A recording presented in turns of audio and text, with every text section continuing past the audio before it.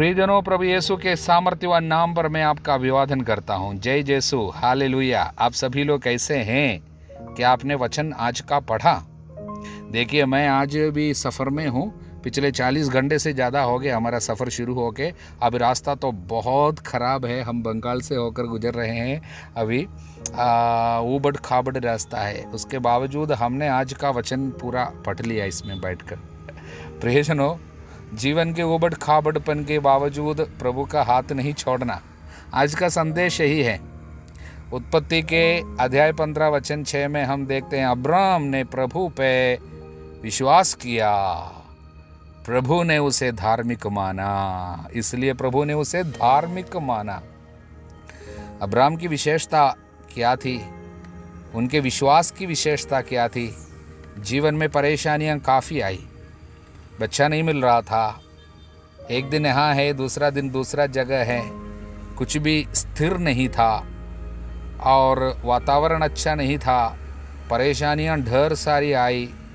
काफ़ी आक्रमण उनके ऊपर भी हुआ। उसके बावजूद वो अटल रहा। उनका प्रभु पर विश्वास, वो अटल रहा। इसलिए प्रभु ने उनको धार्मिक माना। अनेकों के लिए विश्वास के पिता के रूप में, अनुग्रह के माध्यम के रूप में इसको इस्तेमाल कर रहे हैं। पीढ़ियों के लिए आशीर्वाद बना रहे हैं। आज जो भी वचन आपने पढ़े हैं उसकी योग्यता द्वारा आपके विश्वास दृढ़ होता जाए। परेशानियों के बीच में आप विचलित ना होवे। आज सुसमाचार में 8वां अध्याय मत्ती के, वहाँ पर हम देखते हैं यीशु शिष्यों को लेके उस पार जा रहे हैं। नाव पे यीशु सो रहे हैं, लेकिन बहुत बड़ी आंधी तूफान आए। आंधी तूफान के बीच में दुम्बाल पे तकिया लगाकर सोने वाला यीशु, लेकिन शिष्य लोग डर रहे हैं, कांप रहे हैं, चिल्ला रहे हैं, मृत्यु के डर से चिल्ला रहे हैं। और प्रभु उठकर उनको पूछते हैं, आपका विश्वास कहाँ है? क्यों डरते हो? आज प्रभु आप सभी लोगों से कहते हैं, परेशानियों के बीच में आपका विश्वास कहाँ है? क्यों डरते हो?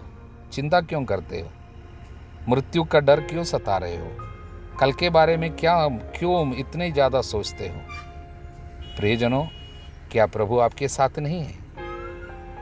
क्या आपका प्रभु पर विश्वास नहीं है? जिसने स्वर्ग और पृथ्वी को बनाया, जिसको धरती के ऊपर, पृथ्वी के ऊपर और पृथ्वी के सभी चीज़ों के ऊपर अधिकार प्राप्त है, क्या वो आपके साथ नहीं है?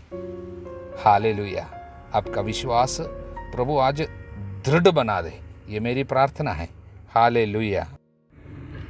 प्रियजनों, आज के लिए और एक संदेश मैं देना चाहूँगा। मत्ती के सुसमाचार में आज हमने जो पढ़ा अध्याय 8 वहाँ पर 14 से, यीशु पेतरुस के घर में प्रवेश करते हुए एक चमत्कार किया।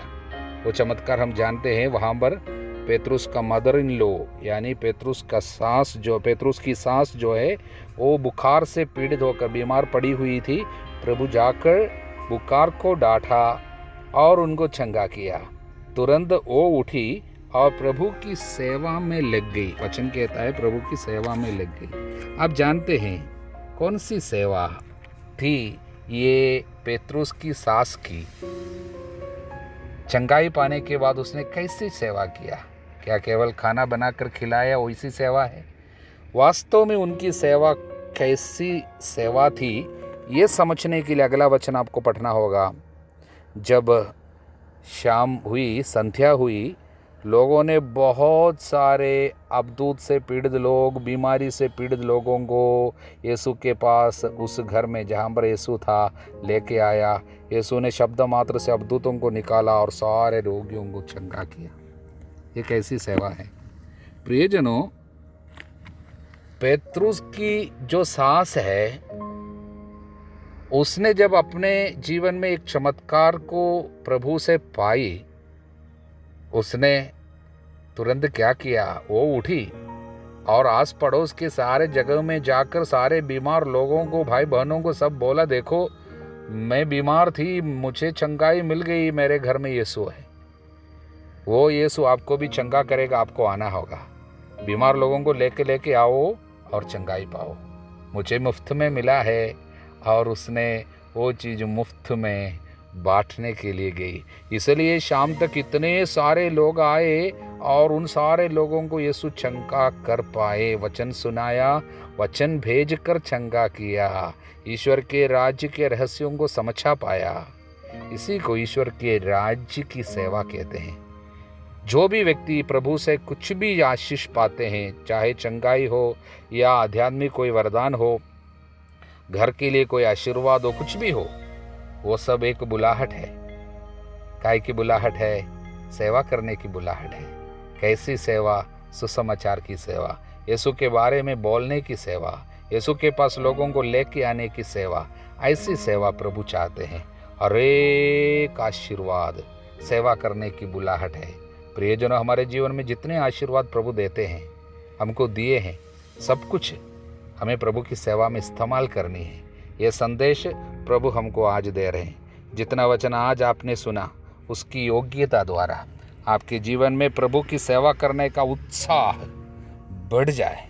यीशु के नाम पर मैं आपको आशीर्वाद देता हूँ। आप सदा सर्वदा अनंत काल तक आमीन। हालेलुया।